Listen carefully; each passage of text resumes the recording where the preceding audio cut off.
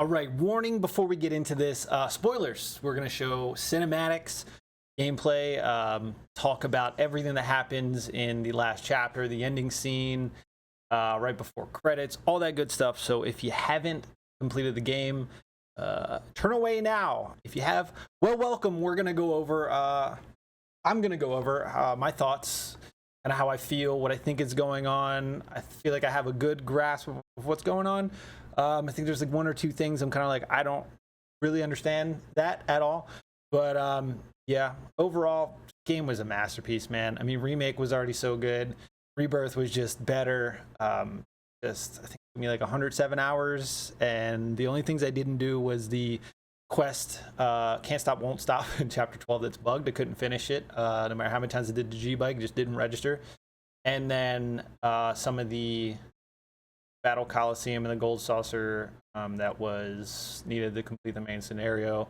And then now we got to start hard mode. But that's not why you're here, all right? So again, spoilers, we're getting into it. So I'm going to kind of go over like a brief overview of like kind of like my thoughts. And then I'm going to go in and kind of break down the main things that happen and try to explain them, at least how I interpret, perceive them.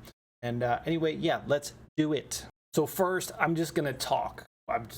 Nothing in the background. It's gonna be me giving my thoughts about talking about what I think happened, kind of how I perceived everything, kind of how I thought all the events went down and what I think is happening. And that'll be about 15 minutes in this video, and then I'm gonna cut to breaking down all the key moments in the ending and talking about what's going on as it's happening. I just want to give my thoughts, just pure thoughts without anything. Just talk. Let's just discuss, discuss what happened, discuss the game, and then break it down. So it's going to be a rather lengthy video, but I mean, it's a big game and a lot happened. So just want to talk about it, man. So when we defeated the Arbiters of Fate in Remake, it kind of opened up and we're like, okay, now anything's possible. So basically what we learned from Sephiroth is that the planet holds many worlds. We thought maybe there was just like an alternate timeline where Zack was, but it seems like there's multiple worlds, like an infinite amount, it seems like. So they're all these worlds are different instances of the planet that each play out a timeline governed by fate, maybe is what maybe I could get from that. But if you noticed, all the timelines that have a crack in the sky, basically that means that that world is dying and that world is soon going to get destroyed, whether it's meteor or I'm assuming it's meteor, right? But the crack in the sky basically means that world is going to end, which if you remember through Zack's playthrough, every time we would get to see Zack, we always saw the crack in the world and everybody in Midgar was like, the world's ending. But yeah, as far as like the cracks in the sky, basically, we'll call it the in-between. Like every time the screen goes white and Cloud, Zack, Sephiroth, Aerith, they're going through the white in-between worlds section. Sephiroth basically explains all of that to Cloud. That's pretty much why it made so much sense versus like the first game where we're kind of left in the dark. But basically, yeah, the worlds that differ from what's supposed to happen now that the Arbiters are gone, those worlds will die and return to the live stream, but new ones are continually spawning all the time. There's always something new going on, and we see that a lot. But back to the whole where it goes white, and then you kind of see the characters going, like when Cloud has the like the static and the visions at the end, it seems like he's passing through the different worlds. But when they go into the white and they're like kind of like floating through with the whispers mainly, it kind of shows that that's them in the in-between transferring to a different world. It's hard to say if every world stays canon or if it differs. It's hard to say, but one thing we do know is that the stamps are different in every single one. That's one constant that we know. And it seems like not only Sephiroth obviously can hop between the worlds, but it now seems like at the end, Aerith can now hop between worlds freely, and she's basically Sephiroth finds her when she tells Cloud, when it seems like Zack takes the one tunnel to save Cloud and Aerith, to go figure out a cure for the Mako poisoning. He doesn't choose Biggs, and then the light comes out, and it's like, okay, he just altered that timeline, or he just created a new world, and basically it shows Biggs dying, getting shot by Shinra, and a different stamp, like a pug stamp.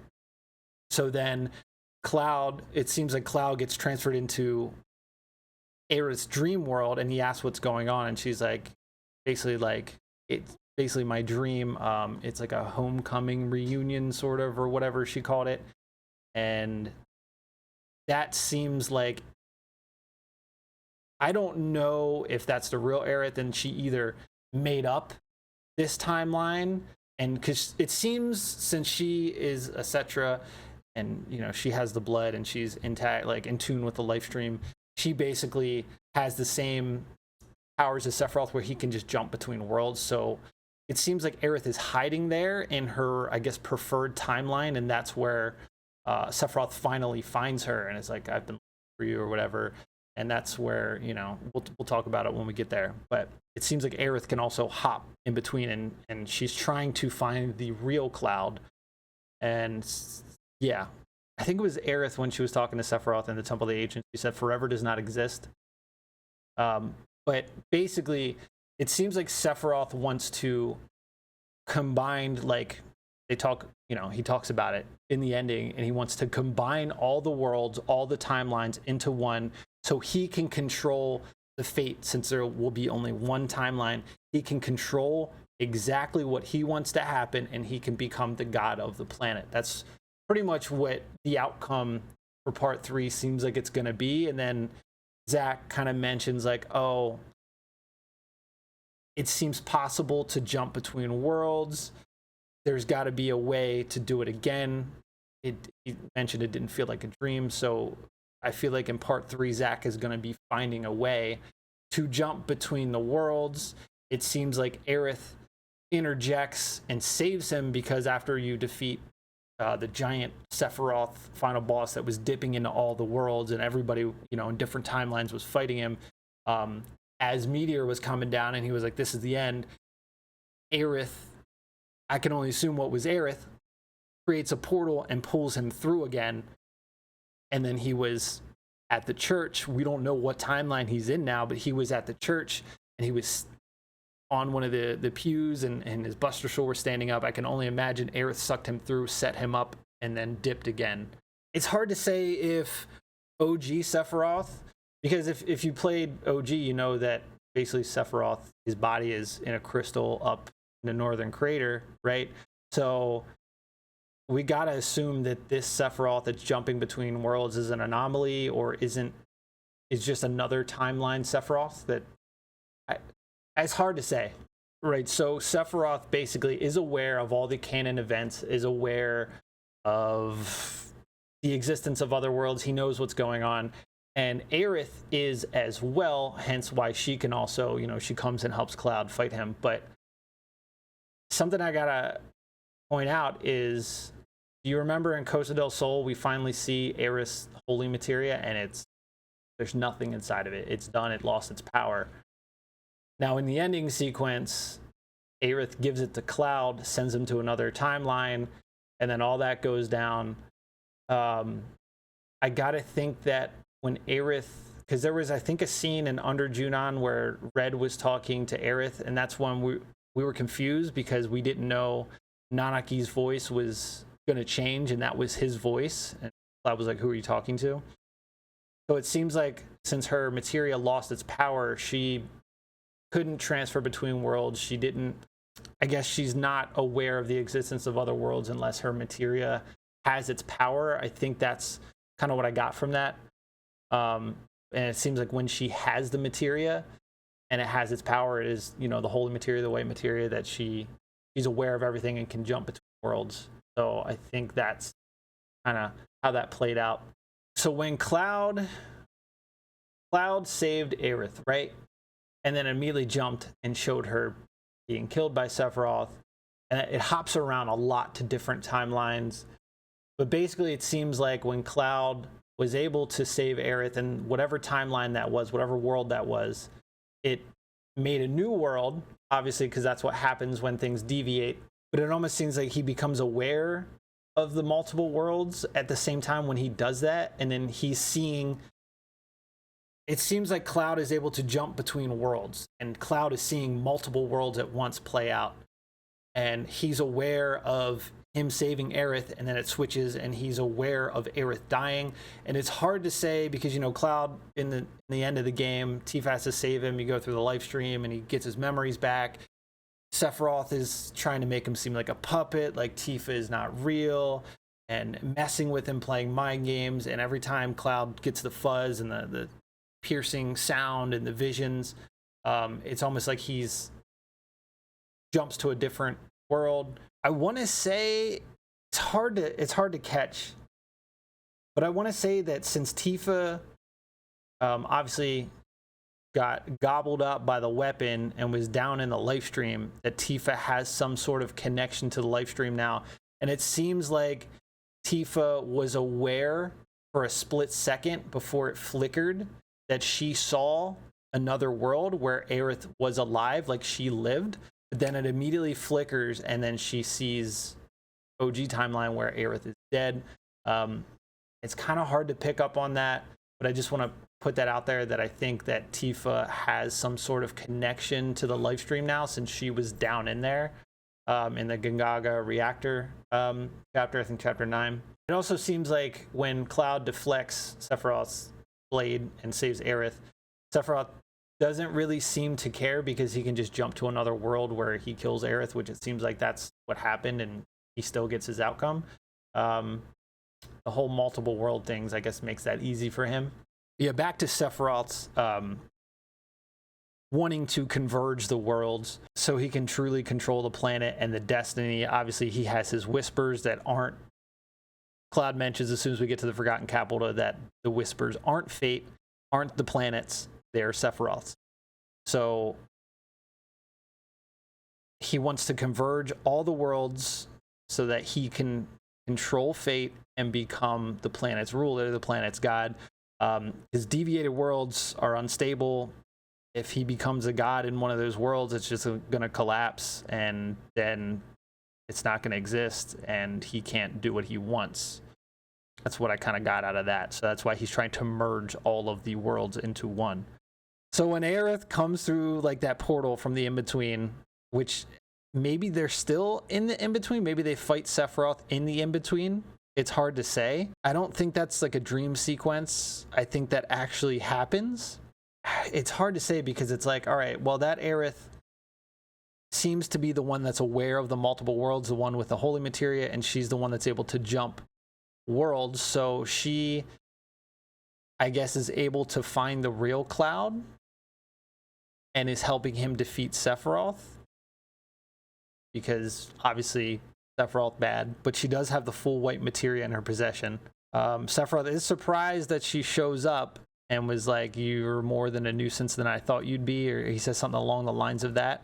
So he underestimated Aerith jumping between worlds to, you know, try and stop him. But they show, you know, I think it was, I guess it wasn't the in-between, it was more the edge of creation, and they bring back the whole 7 seconds till the end.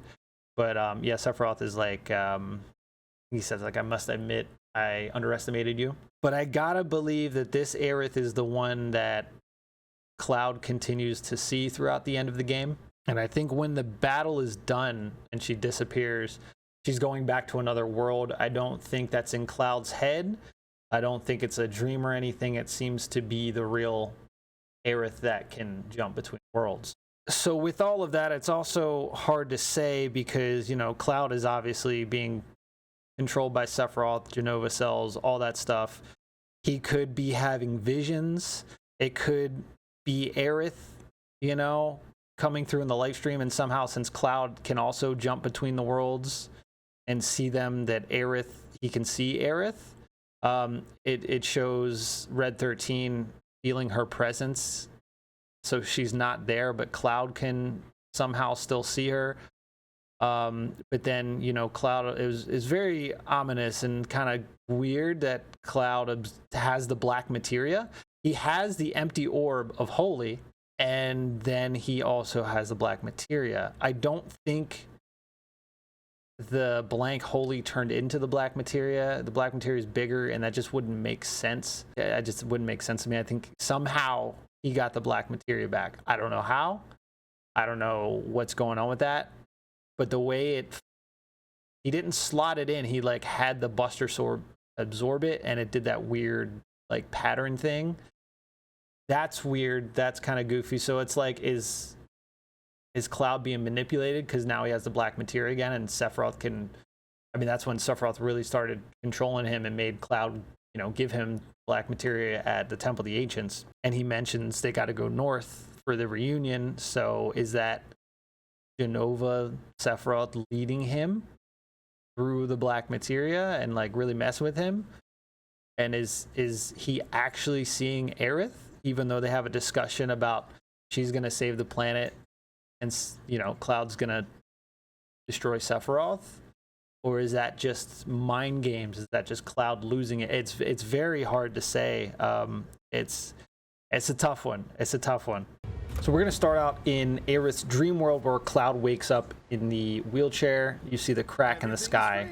And then when you start walking around Sector 5, picking out jewelry, there's a different stamp figurine, okay? And then you go to the next one where you pick some candy. Again, the same stamp, different from any timeline we've seen. So this timeline we haven't seen yet. Sephiroth finds her. This is where you've been hiding. I guess this is Aerith's perfect world, like what she wants. So she's been trying to hide from Sephiroth. He finds her, basically tells her you need to accept your fate just like this world has. It cuts to Biggs. Again, a different timeline. We got a pug now, so it's just jumping around like crazy. Zack's here. I'm assuming that this timeline is where maybe... It's hard to say because it altered when he went down the tunnel to not save Biggs. So is this that alternate timeline where there was no reactor bombing and then, you know, Biggs gets shot, so now Biggs is dead because Zack went the other way? Is that what happens? But again, this is another world.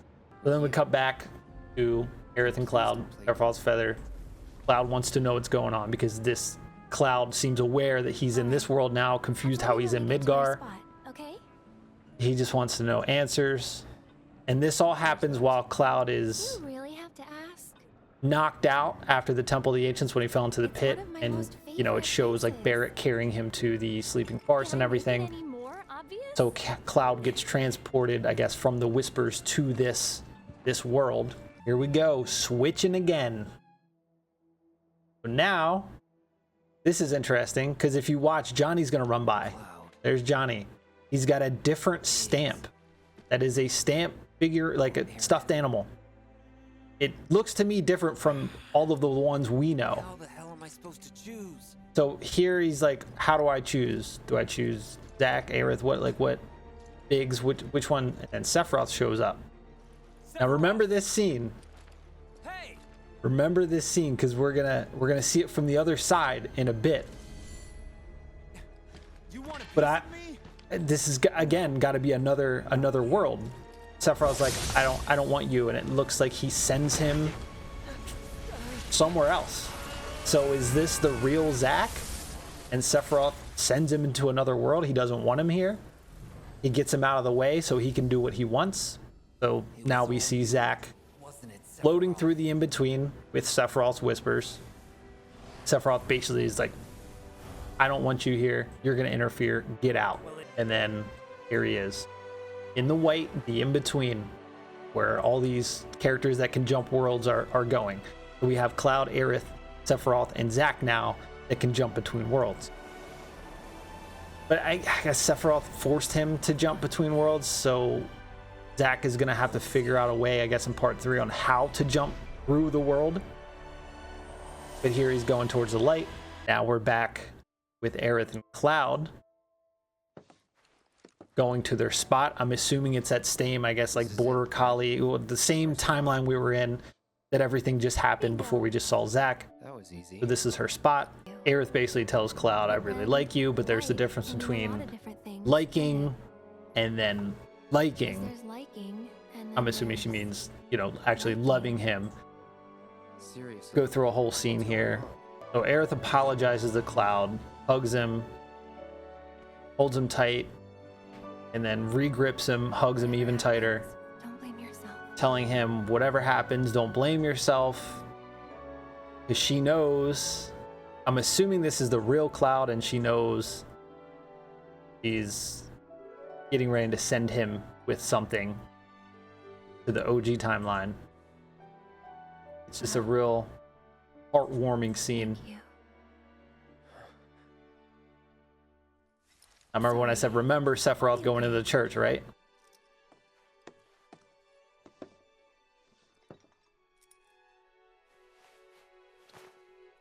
So again, like I said in the beginning, Aerith with the holy materia seems to be the one that's aware of the multiple worlds and can jump between them. But This you're wrong. Aerith has it, This so she's isn't giving about it to me. Cloud It's about saving the world. to save the world. And you. Now she's opening up a portal to the in-between, gives it to Cloud. So thank you, Cloud, for everything. What is this? Cloud's confused, pushes him in. Now Cloud has the holy materia and gets sent. Now you see Sephiroth coming in, Fun. and if you remember, Marlene said, man with the long hair kills him. So Sephiroth is coming because he wants that Aerith, he wants the holy materia, I'm assuming. Now Cloud has it. Sephiroth whispers, coming after Cloud. Cloud is now in the in-between. Me crying. So the Xtreme whispers, the planet whispers are circling Cloud. Sephiroth whispers trying to punch him. Hard to say what the white whispers are doing. Cloud now has the holy materia. This is where Sephiroth basically explains everything. This is the true nature of reality. Cloud can see multiple worlds happening at once through these little rips. When the boundaries of fate are breached, new worlds Basically are telling him, born. since you defeated the Arbiters of Fate, created new worlds. What happens? This scene is very important. The planet encompasses a multitude of worlds, ever unfolding. Some quickly perish, while others Saying endure. some quickly perish, others endure, showing Yet them even the where most Zack, resilient picked a worlds, spot and it was changed. nevertheless, Saying even the most resilient their worlds loss is doomed to not to be fade. mourned. For it is not death, Hence, the crack, the rifts in the skies. Those are the in planets that planet's embrace, aren't going to make all it. life is as one. Worlds. All born are bound to her. Should this world be unmade, so too shall her children. He'd tell you that he only cares about the planet. That he'd do everything in his power to protect. Earth kind of and jumps in preserve like it. he's lying This to isn't you. the way it's supposed to be.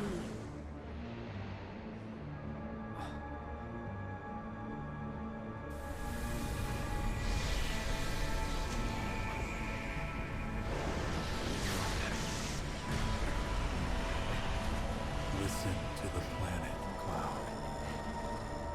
To her ecstatic cries, her rapture. Screaming! It's screaming! Now, Cloud. I thought you might finally understand. Cloud, lend me your strength. Let us defy destiny together. He's looking at the scene from Remake, at the edge of 7 seconds creation. till the end. Time enough for you, perhaps, but what will you do with it? Let's see. Let go of the past, Cloud, for the future is bright. We are to bear witness to the reunion of worlds. We are to bear witness to the reunion of worlds. So Sephiroth is trying to merge all of the worlds. He can become the ruler and change fate how he wants.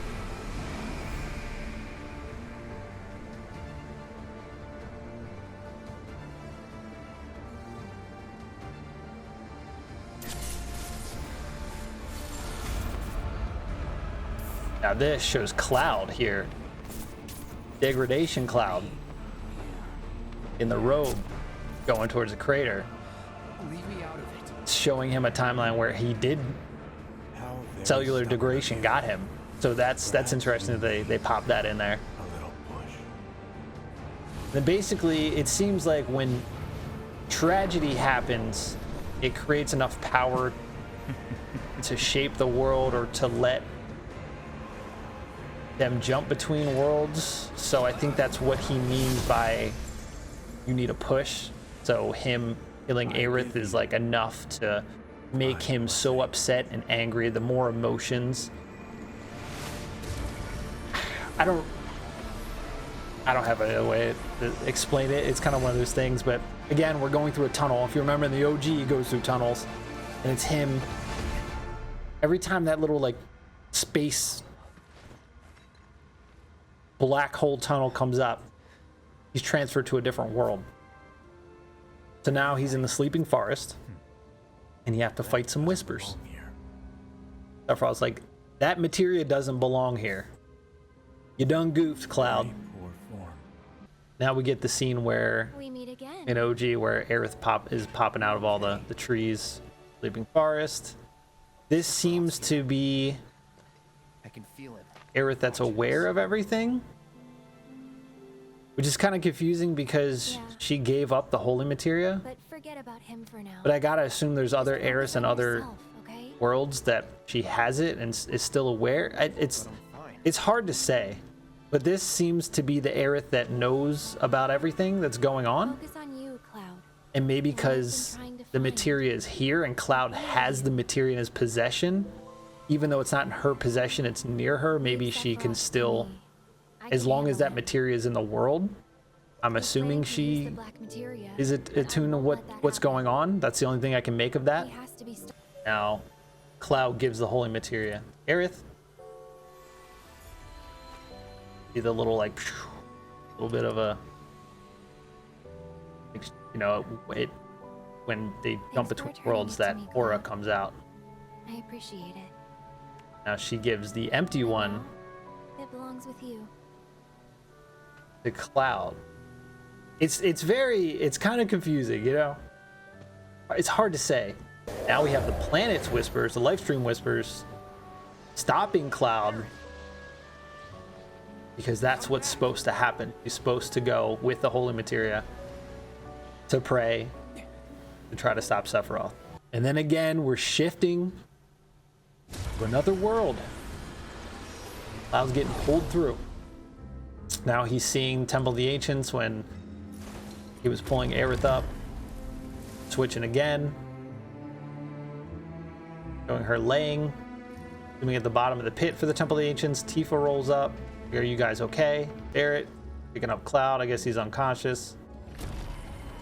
Switching worlds again. Kind of hard to say what this one is. Switching again. And now we're, I believe, back in OG timeline. Barrett's carrying Cloud. They don't know if he's got Mako poisoning, degradation. They're not sure what's going on with him. And yeah, this it's gotta be OG timeline. Gotta be. So Cloud is jumping between all the worlds now, seeing multiple timelines, worlds happening at once. And now he's back in where he's supposed to be. So he's calling for Aerith. Cloud comes back to Cloud! in the proper OG timeline. Please tell me you're okay.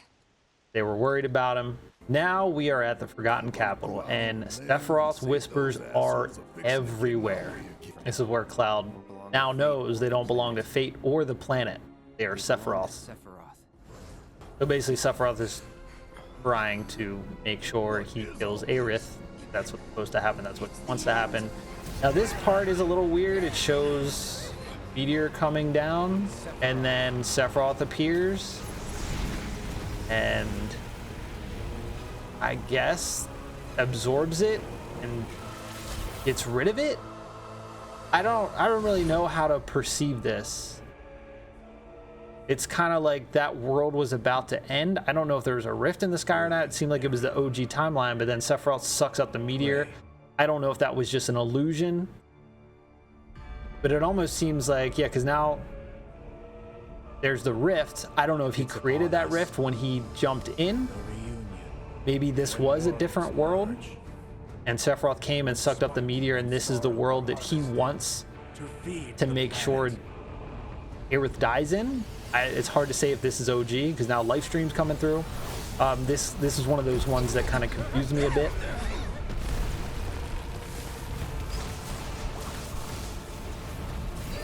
Because even Red 13 was like, it's the end, like this is it.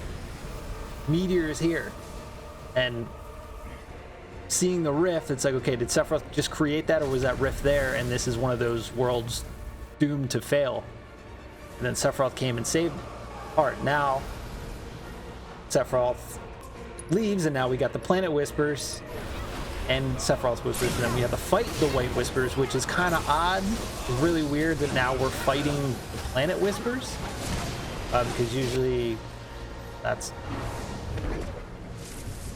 they're protecting the OG timeline.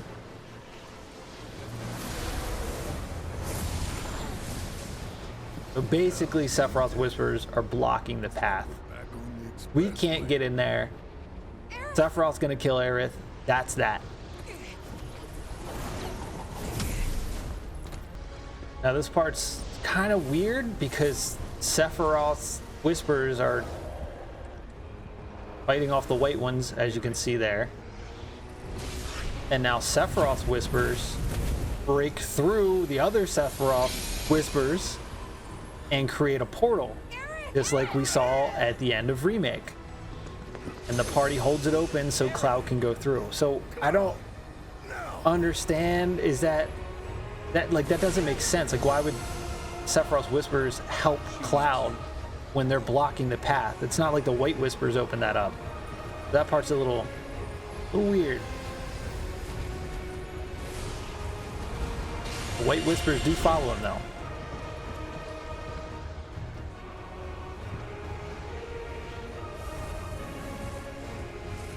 You saw the White Whispers shoot in front of Cloud. As you're going down, you can see all of the White Whispers surrounding Aerith. Cloud is approaching. You walk so you can dialogue. Now we have White and Black Whispers. They seem like they're trying to keep us away, even though we got in. I was like not ready for this part. Closer Cloud gets, the more the Whispers try to stop him. Cloud pulls out a sword to try to defend himself from the Whispers.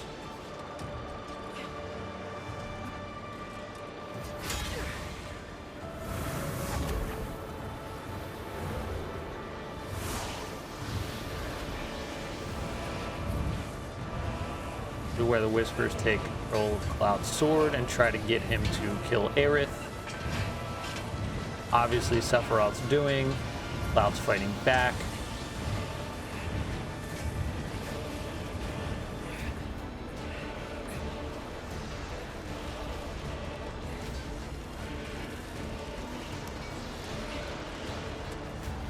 You can tell by all the purple black orbs floating around that they have control of Cloud's weapon, trying to get her to kill her. Him to kill her.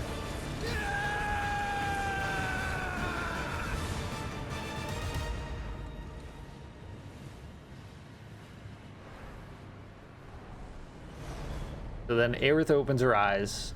All the Sephiroth feathers start falling, and here he comes. The scene we didn't want to see in HD. But Cloud gains control. Stops Sephiroth from killing Aerith.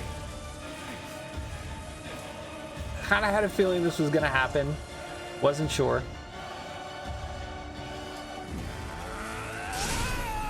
So he manages. It's all that aura. Okay. White aura. There we go. My reaction. Now his Whispers are not blocking the path so the party can get in.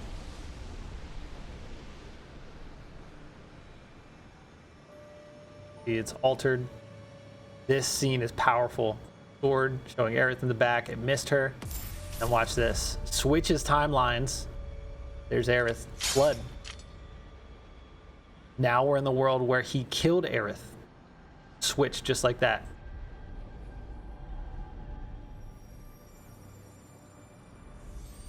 So now we get the whole scene like an OG.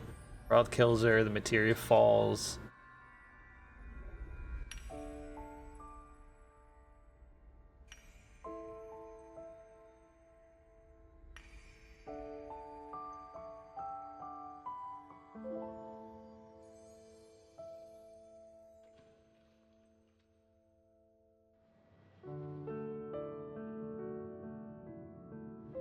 Aerith!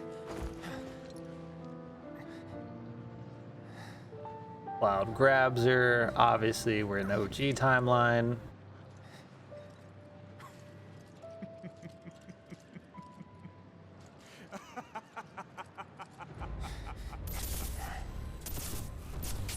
See, it's switching worlds right now very quickly.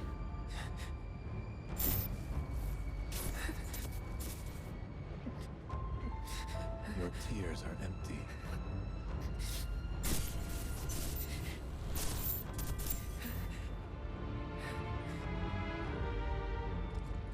Just like you.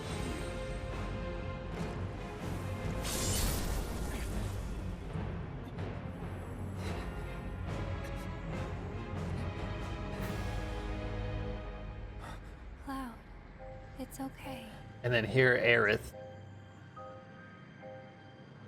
opens her eyes. I don't like she's fading into the live stream.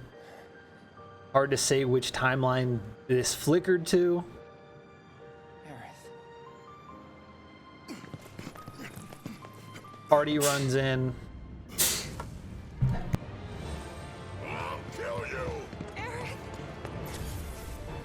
And then it flickers again. You can see the blood, and then there's no blood, and then there's blood, and then there's no blood. So we're looking at two separate worlds right here. And so it began. And that's the part where I think The confluence of worlds. And Tifa, emotions.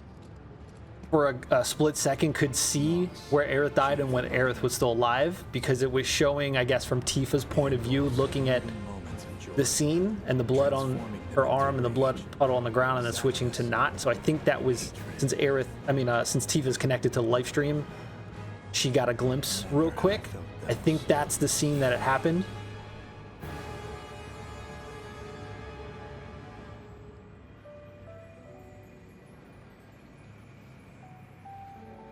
I got this.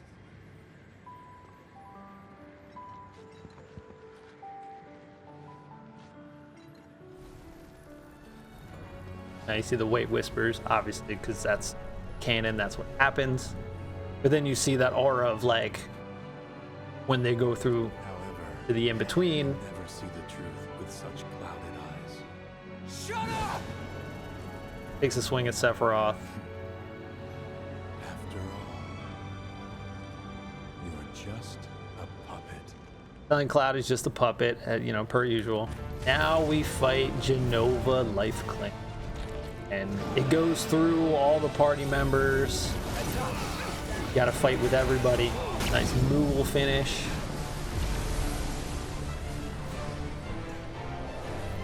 White Whispers again. What now? At that point, everybody gets healed. Hard to say if that's Aerith or not. And then you see, as it seems like, boom, they get transferred. Now we see Zack. This part's kind of interesting. Zack was in the void in between. White, as far as the eye can see. Hey, anybody there? Poor Zack he's so confused. Like, it's so much shit is happening for him. He's like, I don't understand. He finds Cloud. Cloud's not moving, okay?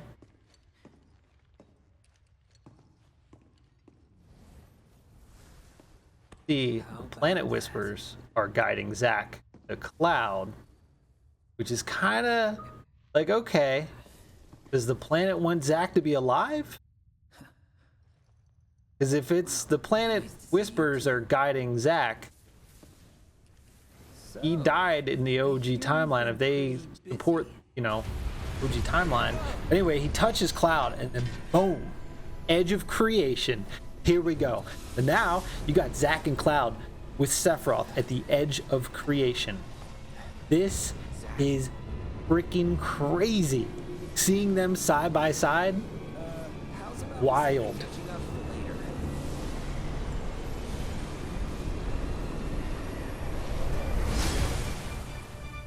Obviously Sephiroth appears, and now we fight.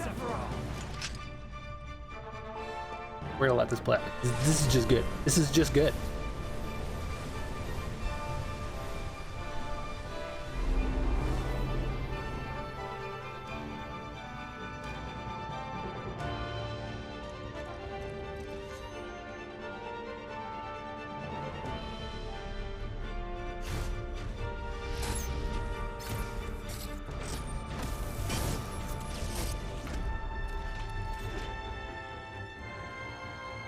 And then obviously you fight Sephiroth.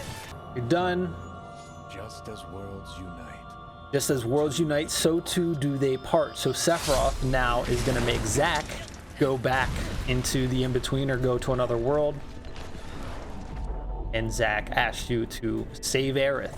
Cloud, save her! Because that's the Cloud, or that's the Zack that knows that Sephiroth kills Aerith. Or, yeah, Sephiroth kills Aerith. So again, Sephiroth is sending Zack into the void like he did at the church. Sephiroth transforms into some crazy monster like he always does. Now what's interesting is this Sephiroth is dipping into all of the worlds, it seems. So you fight him, and they fight him again, and then it switches, and you fight him, and he switches Zack, and you fight him, and he switches to the party, and they fight him. He's kind of all over the place. Now, it does say a resurrected being who now wields unimaginable might and commands the arbiters of fate. He seeks to pierce through the layers of existence and reunite fragmented space-time. He shall rule over the planet and create eternity. So that is his goal. Merge the worlds, become God, control fate. So as we're destroying him, the whispers come out, they jump into a rift, and now watch what happens when we're with the party in the OG timeline. Which they're like, where's Cloud? Maybe the whispers got him. So Cloud was taken from this world. And now here comes Sephiroth into the OG timeline. He also summons this Bahamut Arisen Arbiter, which has an interesting description, which says an evolved version of Bahamut as formed by the whispers. By bringing its overwhelming might to bear, it annihilates all those who oppose it, as well as the very fates by which they are bound.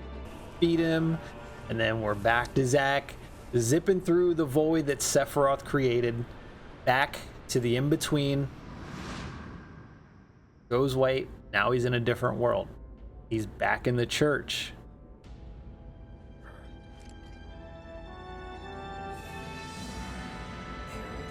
Now I gotta think, yeah, that Aerith is the one healing the party with the live stream. It's gotta be, right? And now Zack's in this world where Meteor is here. That's it. This world is done for. It is ending very soon. Sephiroth appears again.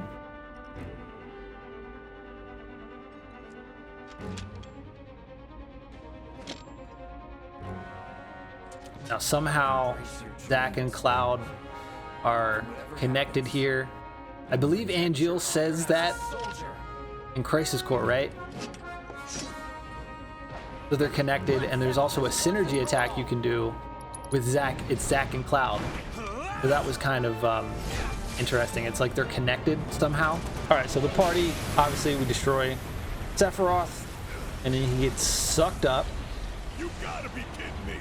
He still ain't dead. And he gets sent back to the edge of creation with Cloud.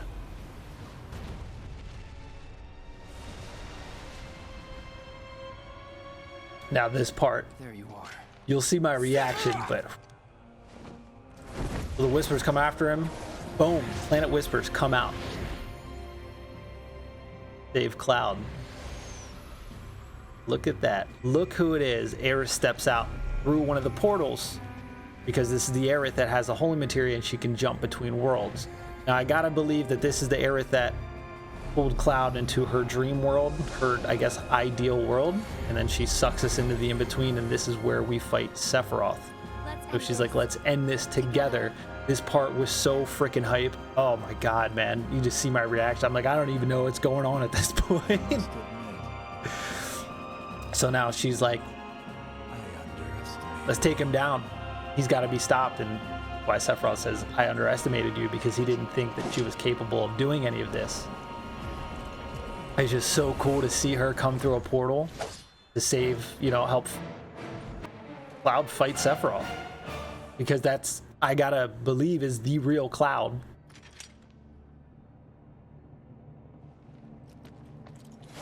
And Sephiroth is pretty much like, I'm done here. See you later.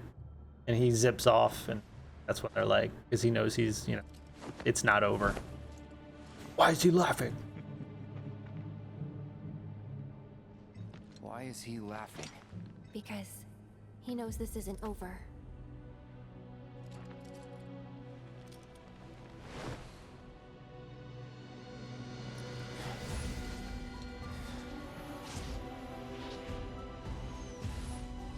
Whispers appear, and they're thrown into the in-between. Which is hard to say if they were at the edge of creation fighting him or in the in-between. It's pretty hard to tell exactly where they were. They hold hands, which is pretty freaking cool. Everybody's waiting. And then Aerith disappears. She has to go back to, I don't even know where she goes. But she jumped worlds to help Cloud fight Sephiroth.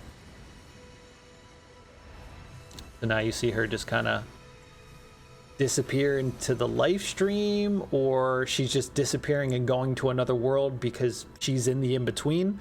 I gotta assume that that's real Aerith, right? And not just like a ghost of Aerith. That had to be real Aerith. And then boom, right back into Zack, man. They're jumping all over the place. And if you're, it's pretty hard to keep up. You might have to watch it like 1 or 2 times after you beat the game. Like, all right, what is going on? Now the White Whispers around Zack. Meteor's coming. And now you remember Aerith just disappeared in the in-between. Okay? That's very important. So this is it, huh? She knew what she had to do. Goodbye. Zack's about to die. He realizes this is the end. This is one of those worlds that's just boom. And then Aerith pops through with one of her portals and sucks Zack down into it, saving Zack. See ya. And I gotta assume this is like real Zack, not any of the duplicate world Zacks. Like, this is the real Zack that they need to save. So Aerith pops through and saves him, since Sephiroth sent him to that world to where Zack was gonna die. Aerith comes through and saves him. So that's important, because Sephiroth was trying to get rid of him. And then it shows in between, and then it shows Aerith laying here. And I can only imagine we're back in OG timeline now, because now Aerith is dead. You don't see any blood on the ground, but I gotta assume that since the party's here, Cloud's walking up. I don't know really where Cloud came from. I guess the Whispers dropped him off a little further back. He's walking up. But this, I can only imagine, is OG timeline. Sephiroth has killed Aerith, and then you see that aura again, so it's like, well, what really is going on here? There's a lot. It's really hard to kind of guess what that could mean, because when you see that aura, and if you notice, it did switch. Now the party's gone, right? So it's almost like as Cloud was walking, he walked into a different world when he entered that aura in the center around Aerith. Party's gone. So obviously we're out of OG timeline again. Just switched like that. It's fucking crazy. So he's holding her. Basically tells her to wake up, and she wakes up. Wake up. So was this the Aerith? Maybe she's exhausted because she just used all of her power to save Zack and then jump back to this timeline where she's alive and she was just exhausted and she didn't actually die in this. Obviously, didn't die in this timeline. Cloud wakes her up, and then boom, we switch again. They're trying to get us, man. They're trying to convolute this, and it's just. I love that Vincent's been, had more dialogue here and there, but look at me, I'm like, oh, what is happening? So I can only imagine that, again, now we are back in OG timeline. Everybody's sad, everybody's upset. Obviously, we're mourning Aerith. Now, it doesn't show Aerith being dropped into the lake, if you will, where she, sinks down, where all of us cried in OG. It shows the lake, but it doesn't show Cloud dropping Aerith. And there's a lot of live stream floating around. Obviously sad. Cloud kind of seems to be unfazed. Maybe either he's confused or he knows Aerith is still alive because he's been jumping between timelines. But obviously the whole party's mourning her, right? We can't deny that. Yep. Sounds good. Now he has a vision, obviously. Now that he's sitting in that world of Aerith being killed. But then as soon as he comes out of that vision, look who it is. It's Aerith. So this is kind of hard to try to figure out what's going on. Did he just snap into the timeline when Aerith is alive? I'll see you off. Or is now something's Jenova, Sephiroth messing with Cloud's head? Because every time he has that glitch, he goes to a different world, but the party's still there. So that's what gets me. Every time he switches, the party's not there. And if it was that other timeline when Aerith was there, the party wasn't there, and they're still clearly sad. They're very sad still. So I'm assuming only Cloud can see Aerith. But they make it seem like in this timeline, or whatever's happening here, Aerith's like, I'm gonna stay here. It is my duty as etc. to stay here and protect this place, protect the planet. So it seems like Aerith is in a different world. She's staying, right? Obviously Tifa is still sad. The whole party's sad. So is this just in Cloud's head? Why can only Cloud see Aerith, right? Obviously they have some sort of connection because they keep going into the in-between and different worlds. But Tifa is on the verge of tears here. And then boom, Aerith is gone. So either Aerith is part of the live stream and Cloud can somewhat see her, and she's like, I'll see you out, and she's gonna help guide Cloud when she can through the events of OG, because that's gonna transpire regardless, and try to help Cloud, I guess, eventually get to another part where she can come back through the in-between and jump in with Zack, and something's gonna happen. It's hard to say exactly what's going on there, right? But this part kind of confused me, all right? This is one of those parts. Obviously, Sephiroth is trying to control Rufus as well. We've seen Glenn. We know he's a soldier from one of the anime they did. I forget what it was called. I haven't seen it. I know, shame on me. I need to watch it. I've seen, I think, the first episode. But Glenn is here. Glenn's always in the robe, right? I don't think anybody besides Rufus and I think it was Sung and was it Palmer or Heidegger that interacted with him at Yunnan. But something interesting happens here, right? See? Turns into Sephiroth for a second. So here's the deal, right? Only Sephiroth can jump into the roadmen, but now it's switching between Glenn and Sephiroth. Oh, they're talking at once. It's Glenn and Sephiroth. The Rufus is like, what the hell? Shoots his ass. But he says, but an imitation's all you deserve. So is this just an illusion to mess with Rufus? Because watch, he shoots him, he goes down, it shows his face. It's not Glenn anymore. It's just one of the robed men. So this is what confuses me, because, see? And then it kind of pops up in the back just like old times. Shoots him again. So is that Sephiroth playing games with Rufus to make him see Glenn? Or is Glenn somehow alive somewhere and has the same power Sephiroth has and can basically jump into the body of the robemen that have the degradation Genova cells and talk, just like Sephiroth does with Cloud? That's what I don't get. That part's very confusing to me. So gonna have to wait and see how that one turns out. And here we have the weapons back in the live stream. Obviously, we saw this in Chapter 9 in Gongaga. The weapons are fighting back against the Whispers. Their materia lights up. They do some kind of a pew, right? And it pushes them back, kind of disintegrates some of them. So obviously, you know, the weapons are there. They have very powerful materia. But you still see Whispers after they fly, you know, swim away. And then here, again, now, since Zack got pulled through to the in-between, he is now in a different world. What world? No idea, right? Zack wakes up, realizes, he's like, there's no way that was a dream. He's back in the church. Now, I can only imagine when Aerith pulled him through, Aerith went and sat him in the pew there and sat his Buster Sword up, because there's no way he just was there, right? It kind of weird.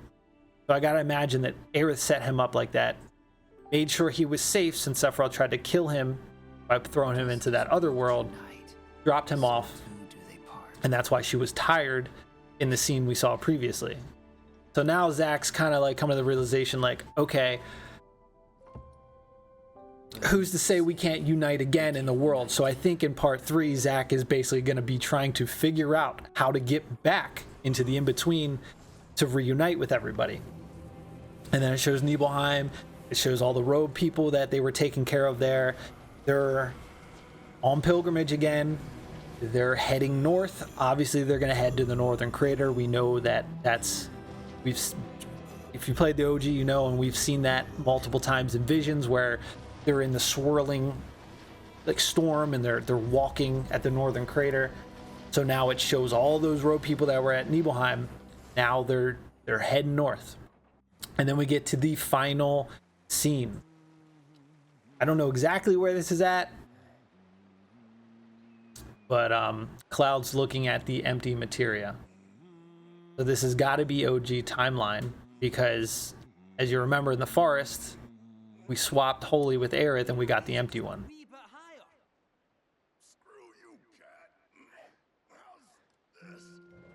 Now, as you can see, Aerith is walking around. But if you notice, nobody notices her. Nobody can interact with her. They don't see her.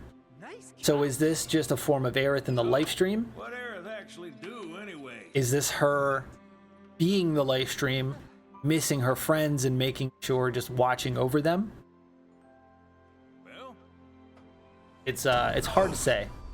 It's one of those things. They got to keep us guessing, you know? we are cleared for takeoff. So he even shows her there, like she's excited, like, oh, good job, Sid, you know? Yuffie's obviously upset, crying. So obviously Aerith is dead. Aerith is not here. It's not fair. And then it shows her, you know, looking over Yuffie. Now this part, Red 13 is more in tune with the planet than anybody else. She goes to pet him, and he senses her presence. Right? So Red 13 can sense her, but she's not there. She's looking over him like, you know, as they're sad because she passed away, she was killed. I guess even though Tifa wasn't, even though she got sucked up by the live stream, she still couldn't sense her. You see Aerith see Cloud. He's looking at the orb. And then this part, black materia comes out. Bigger orb. The hell? There we go. Having the visions. Obviously, Genova, Sephiroth, taking control of him right here. The reunion. He's like, we got to go north. He's got to, I don't know what the significance of the black materia is now. Why? Look at that. Look at how it, look at this sword. How it just absorbs it like that. That's crazy. So now Cloud's like, all right, let's go. Like Cloud's a puppet again. He's like, You have to promise not to look up. Let's go, black materia. But Cloud tells the rest of the party, don't look up because there's a rift in the sky, which means that this world is doomed to fail. But when the party looks up, nothing is there. Fine, but don't let it get to you. So that's kind of trippy, right? We don't know. Cloud's like it's just an illusion, but the party doesn't see it. Just Cloud. Now let's go get Sephiroth. So is he switching between the worlds where Aerith is still alive with him? That's why he can interact with Aerith in this final scene, like he did, you know, when the party was sad and we were at leaving the Forgotten Capital. Is he just switching between timelines? Because if Aerith is alive and he can interact with her, that world technically is, you know, doomed and is gonna fade. But the OG world where the party isn't, because we know it gets saved in the end. It's like, what is going on, you know? No heavy loads. We're close to capacity as it is. Don't worry about me. I can handle it.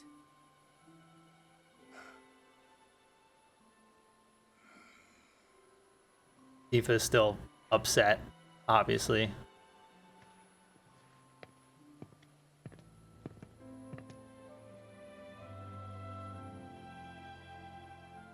Take care. Saw Aerith say, take care.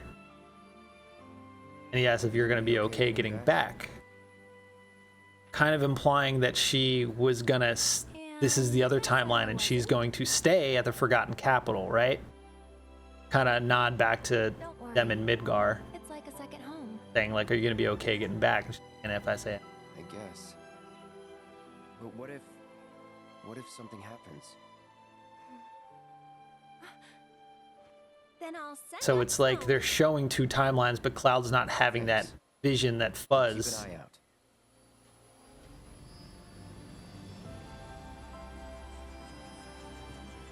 I'll put everything She's saying she's going to stop the meteor, which we know I'll stop the meteor. is what happens in OGs, you know, and then Best to you. Good Cloud's like, don't worry, I'll defeat Sephiroth. I will stop Sephiroth. So that's where it confuses me even more, because it's like, well, what exactly is going on here? You promise? Promise. Because only Cloud can interact with her. But then it also shows Cloud getting on the Honey Bronco with the party. And there's no indication of like a world switch or anything. That's what kind of gets me. But yeah, that's it.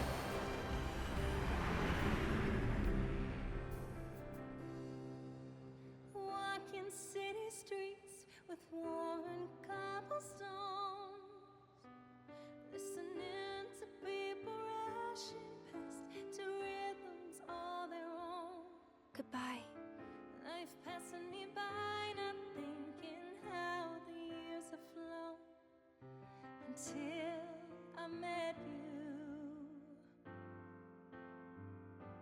I know, very lengthy. All right, a lot going on. I figure I'd just really dig deep. There's a lot.